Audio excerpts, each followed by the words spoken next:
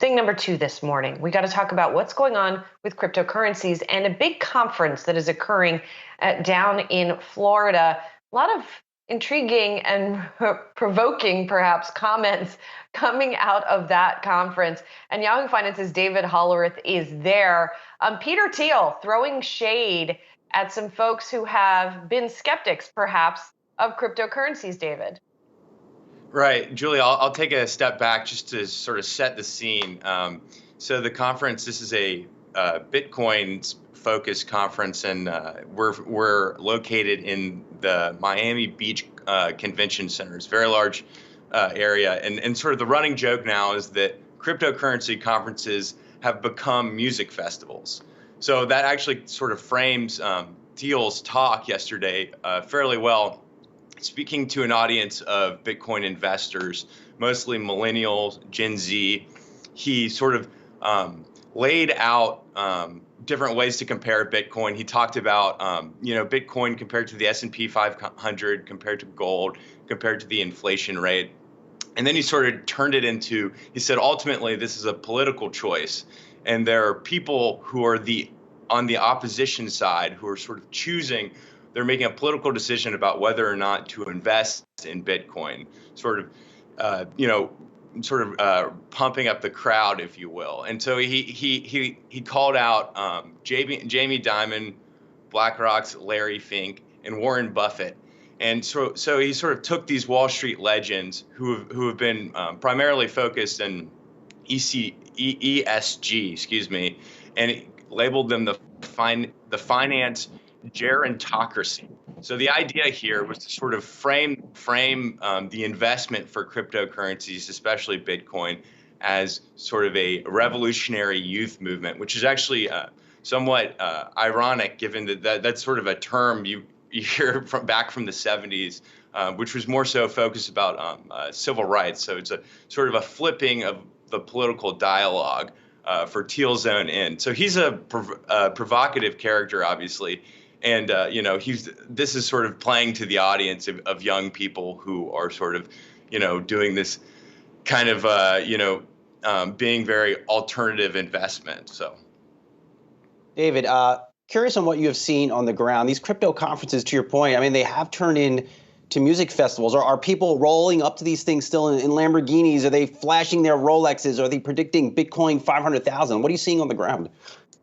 There's plenty of predictions of 500,000, that's the I guess that's generally the market if Bitcoin were to get to something like 10% of gold. But what you're hearing a lot more of is sort of like to talk about what is Bitcoin supposed to be used for next, who will adopt it, what's next generally.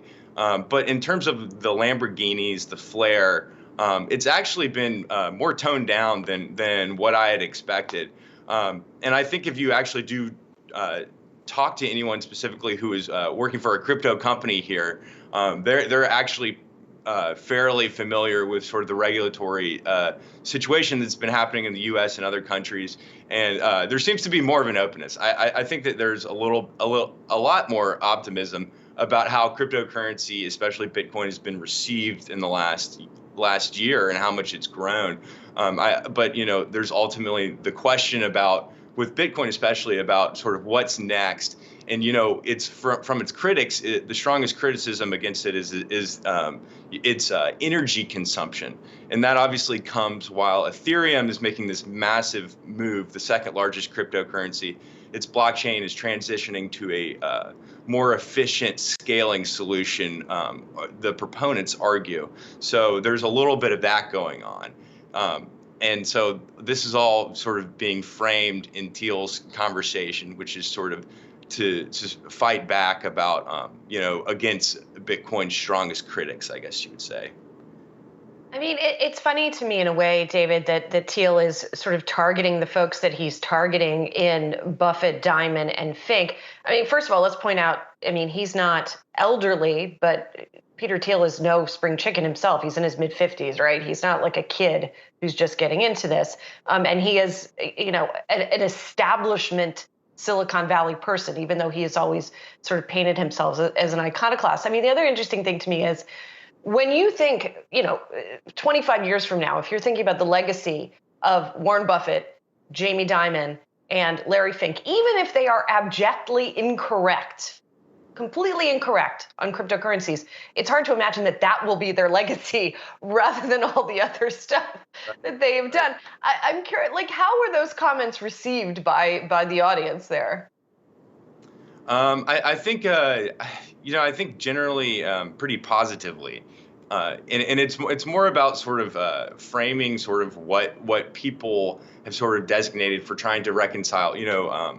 Warren Buffett's designation of Bitcoin as rat poison is a perfect example. It's sort of trying to understand why somebody who is so well known for his financial wisdom is not sort of on the Bitcoin team, and I think that's always sort of an ongoing conversation about. But to me, generally, I think the truth is that there is an age gap between people who are interested in cryptocurrency, see it as use, and people who do not see a lot of use or utility in it.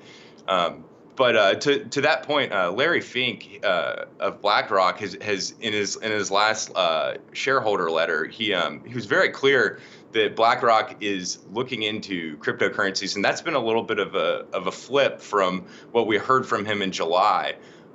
So I think that there's a lot more to sort of be said. I mean, Jamie Dimon obviously too he's a long time a very strong critic of cryptocurrencies, and that has sort of changed too, the dialogue he has had there. So I think there is a little bit of from investors, there's a little bit of weariness in that some of these larger Wall Street players are in fact investing in cryptocurrencies in some way.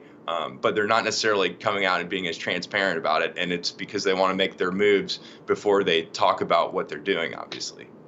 Right, or they sort of, maybe they want to hold their nose and follow the client because clearly their clients want to be invested in this stuff. David Hollerith, really fun stuff and important stuff from that conference down there. Thank you so much for giving us some color there on what's going on. Appreciate it.